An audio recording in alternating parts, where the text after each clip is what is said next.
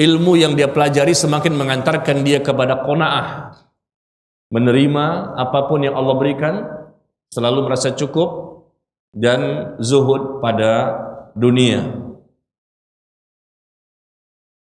Artinya, dia semakin paham tentang hakikat dunia. Dunia ini sementara dan pasti akan ditinggalkan, kan? Dia tahu bahwa dunia akan binasa dan hancur semuanya. Sedangkan akhirat adalah sesuatu yang kekal, abadi, selama-lamanya. Maka ketika terjadi sesuatu masalah, terjadi problematika, terjadi ada musibah, ya, ada sesuatu yang membingungkan, dia hadapi dengan tenang. Ini hasil dari ilmu yang bermanfaat dan berkah. Orang itu nggak akan mudah stres.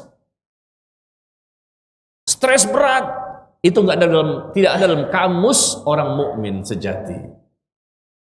Orang yang stres berat, bingung, shock, stroke sampai meninggal dunia, itu hanya dimiliki oleh orang-orang yang tidak beriman, atau orang-orang yang jauh dari Allah dan Rasulnya, jauh dari Islam, jauh dari Al-Quran dan As-Sunnah.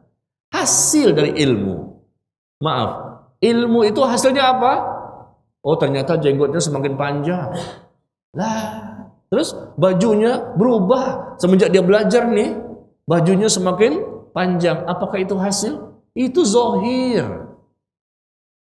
Ibu-ibu juga ternyata jilbabnya semakin lebar, bahkan bisa dibawa terbang dan bisa dipakai buat kain kafan. Saking lebarnya untuk menutupi 3 lapis, 4, 5 lapis. Bukan itu saja yang kita perhatikan. Lihat yang ketiga ini, dia semakin qanaah. Dengan masalah nggak mudah dia stres. Ada masalah, ada musibah, ada problematika, dia tenang. Galau itu wajar, bingung itu wajar, manusiawi. Tapi sampai stres berat, tidak. Itu ciri khas orang-orang yang ilmunya berkah dan bermanfaat. Kenapa? Karena dia tahu, sudahlah, ini ada masalah, ya sudah, saya sikapi dengan tenang. Ini pasti terjadi dengan izin Allah, pasti ini terjadi dengan takdir Allah. Ya sudah, saya sikapi dengan baik agar mendapatkan pahala. Kalau saya sikapi dengan benar dan baik, maka mudah-mudahan saya yang punya dosa banyak ini, dosanya tergugurkan. Saya sikapi dengan baik, mudah-mudahan musibah itu, masalah itu bisa mengangkat derajat saya di sisi Allah semakin tinggi. Mudah-mudahan masalah itu, musibah itu, problematika itu menjadikan saya akan semakin baik lagi. Dan seterusnya, banyak hikmah-hikmah. Dia qanaah. Dapat berapa hari ini rezekinya? Dapatnya segini, ya sudah, terima. Terima. Karena Allah akan nanti tambahkan lagi. La in syakartum la azidannakum wa la in kafartum inna adzabi lasyadid. Kalau kau bersyukur kepada Allah, aku akan tambahkan nikmatku kepadamu. Qanaah, dia terima.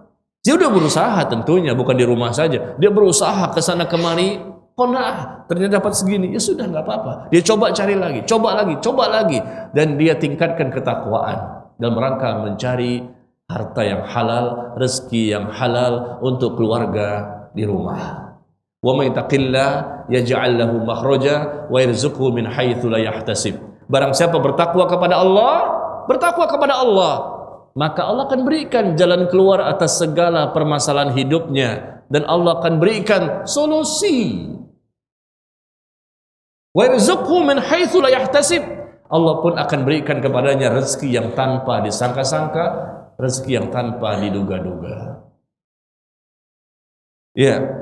Jadi yang ketiga ini adalah ilmu itu akan mengantarkan pada seseorang, yaitu sifat qanaah, selalu merasa cukup, ya, dan zuhud pada dunia. Boleh memiliki dunia, silakan. Kaya boleh, Islam tidak melarang seseorang untuk memiliki kekayaan. Tapi yang diajarkan dari ilmu yang sudah kita pelajari adalah ketika kita hanya mendapatkan sekian, ya sudah, terima, alhamdulillah, bersyukur. Itu hasil dari ilmu.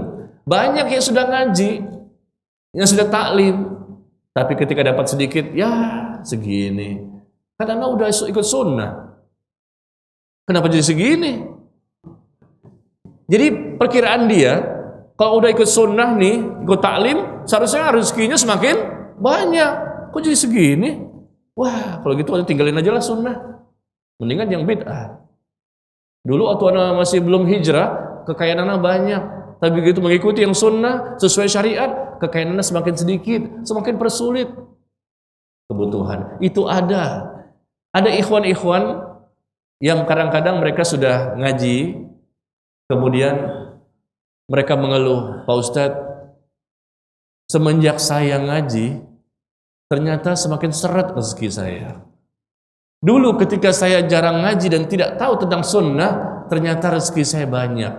Jadi, yang salah siapa? Maunya dia menuduh, berarti ustadz yang salah. Kita yang ngajarin dituduh bersalah karena mengajarkan sunnah. Kenapa? Rezeki saya semakin berkurang.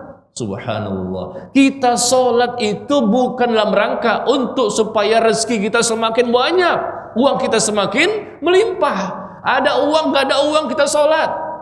Betul? Mengikuti sunnah tetap harus lebih dahsyat baiknya. Kenapa disalahkan manhajnya? Kenapa disalahkan ustadznya? Yang salah berarti ilmu kita udah banyak, tapi kok nggak berkah? Berarti ada sesuatu. Jangan manhajnya disalahkan, jangan metodenya disalahkan, jangan kembali kepada sunnah. Anda semakin susah hidup sekarang. Dulu kayaknya tuh diterima di mana-mana. Sekarang banyak yang mencibiri. Kayaknya dulu mencari rezeki itu gampang di mana-mana. Kenapa? Halal, haram, hantam. Dulu. Sekarang kayaknya pilih-pilih kan. Ini boleh, ini nggak boleh. Subhanallah. Nah inilah ya. Jadi semakin qanaah. Orang itu semakin qanaah, semakin merasa cukup. Bukan berarti dia tidak berusaha. Tetap berusaha. Tapi dia tahu, ya sudahlah. Ini hasil dari ilmu. Dia semakin menerima apapun yang telah Allah takdirkan kepadanya. Dia semakin zuhud pada dunia. Artinya dunia itu tidak ada di hatinya.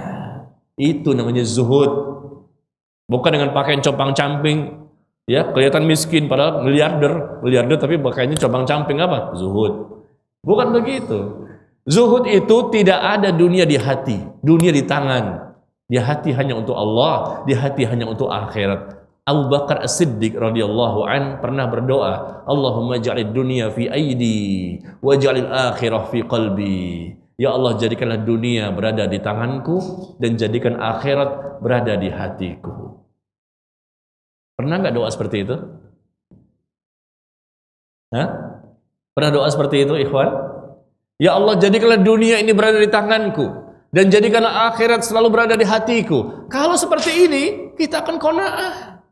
Tenang hidup kita. Ini hasil dari ilmu. Seberapa tahun kita menuntut ilmu, seberapa banyak kitab yang kita baca, di mana yang kita hadiri. Ujung-ujungnya apa? Lihat, indikasi hasil dari ilmu tersebut berkah atau bermanfaat. Ternyata dia semakin qanaah. Semakin baik kualitasnya, akhirat semakin berada di hatinya. Dulu dunia ada di sini. Di hatinya. Tapi semakin dia belajar, lama-lama dunia ada di tangannya. Lama-lama dunia ada di bawah telapak kakinya. Bagaimana siapa? Rasulullah dan para sahabatnya. Bagaimana para sahabat? Beliau 1, 2, 3 mereka berjihad dengan hartanya, dengan jiwanya. Rela mereka meninggalkan dunia ini, mati syahid. Bahkan itu yang dikejar. Kenapa sih? Karena mereka sudah berubah. Di hatinya dulu dunia di sini, sekarang sudah dimiliki oleh akhirat. Akhirat hanya ada di hati mereka. Sehingga dunia berada di bawah telapak kaki mereka. Dan bukan menjadi tujuan. Dunia adalah sarana untuk mendapatkan tujuan kehidupan yang kekal abadi selama-lamanya di akhirat.